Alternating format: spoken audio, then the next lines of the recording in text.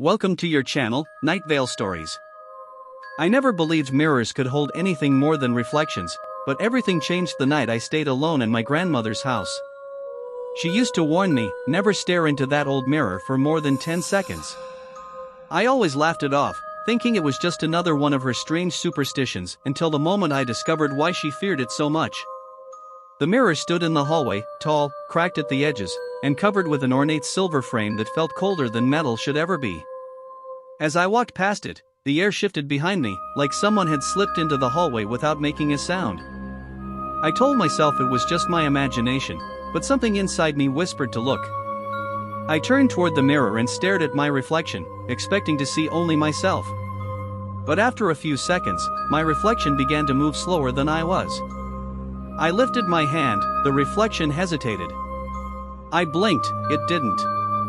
My heart pounded as the seconds slipped by 6, 7, 8. At the 10th second, the reflection smiled. I didn't. The smile was wrong, too wide, stretching unnaturally as if the skin were tearing but refusing to break. I felt frozen, my feet glued to the floor, my breath trapped in my throat. The reflection leaned closer toward the glass, pressing its forehead against the surface as if trying to push through. Then it whispered something I couldn't hear, but I felt it. Like a cold breath inside my ear, crawling down my spine. I stumbled back, tearing my eyes away. Instantly, the air returned to normal, and the hallway felt empty again, but I knew something had changed. Because when I dared to look again, just a quick glance, the reflection wasn't standing where I was anymore. It stood behind me. I couldn't sleep that night. Every creak of the old house sounded like footsteps approaching. My mind kept replaying the mirror's smile, frozen in the hallway. By morning, I told myself it had been a hallucination, but the moment I walked past that mirror, I felt the same icy gaze on my back. Curiosity and fear collided, pulling me closer. I stood in front of the mirror, this time counting the seconds in my head. 1, 2, 3. I could feel the reflection watching me, mimicking my every move but with a subtle delay, almost playful. By the 9th second, its eyes glinted in a way no normal reflections could. I tried to step back, but my feet refused to obey. The reflection raised a hand, beckoning me closer.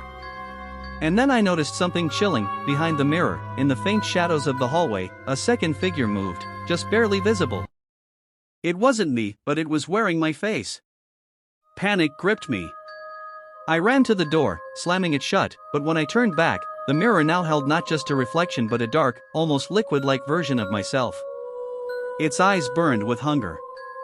I realized then that the warning wasn't about staring too long, it was about allowing the mirror to notice you. Something inside that glass was alive, and it wanted more than just to reflect. Days passed, and I couldn't stop thinking about the mirror. I moved furniture, tried covering it with a sheet, but at night, I would hear whispers from the hallway.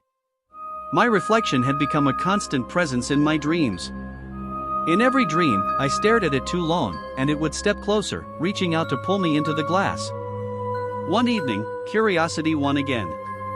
I returned to the mirror, this time daring to touch it. My fingertips brushed the surface, and instantly, a cold shock ran through my body. My reflection's lips moved, forming words I couldn't understand. The hallway darkened, and I felt myself being pulled toward the glass. I struggled, breaking free just in time, but I noticed scratches forming on the mirror, spelling my name. The longer I stared, the more I felt the presence behind me, almost breathing against my neck. I realized the mirror had a hunger, a desire to replace me. And I understood, the 10-second rule wasn't arbitrary, it was a countdown to possession. Fear now ruled me. I avoided the hallway, avoided looking at reflections, and yet, every time I passed a window, the same smile followed me. One night, I awoke to the sound of my own voice whispering from the hallway. Heart hammering, I crawled out of bed and saw my reflection standing at the end of the hall, alone, but not mine. Its lips moved, repeating the words, 10 seconds, 10 seconds. I froze, realizing the reflection had learned me, adapted to my fears. Every instinct screamed to run, but I couldn't. As the 10th second approached, I closed my eyes, hoping it was a trick of my imagination. When I opened them again, the reflection was gone, but on the wall opposite, shadows formed the same sinister grin. I understood then the truth: mirrors didn't just reflect, they watched, waited, and learned. And if you lingered too long, they would step through, taking your place in the world. I spent that night trembling in the corner of my room, no mirror, no window, just listening to whispers echoing from every reflective surface. The following morning, I found the mirror lying shattered on the floor. I hadn't touched it, hadn't moved it. Pieces of glass reflected fragments of the room, but one fragment showed something impossible: my own face staring back, smiling widely, while I was crouched behind the door. I ran out of the house, never looking back.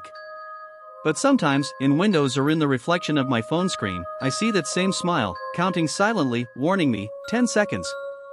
I learned my grandmother's lesson the hard way. Mirrors are not just glass, they are windows.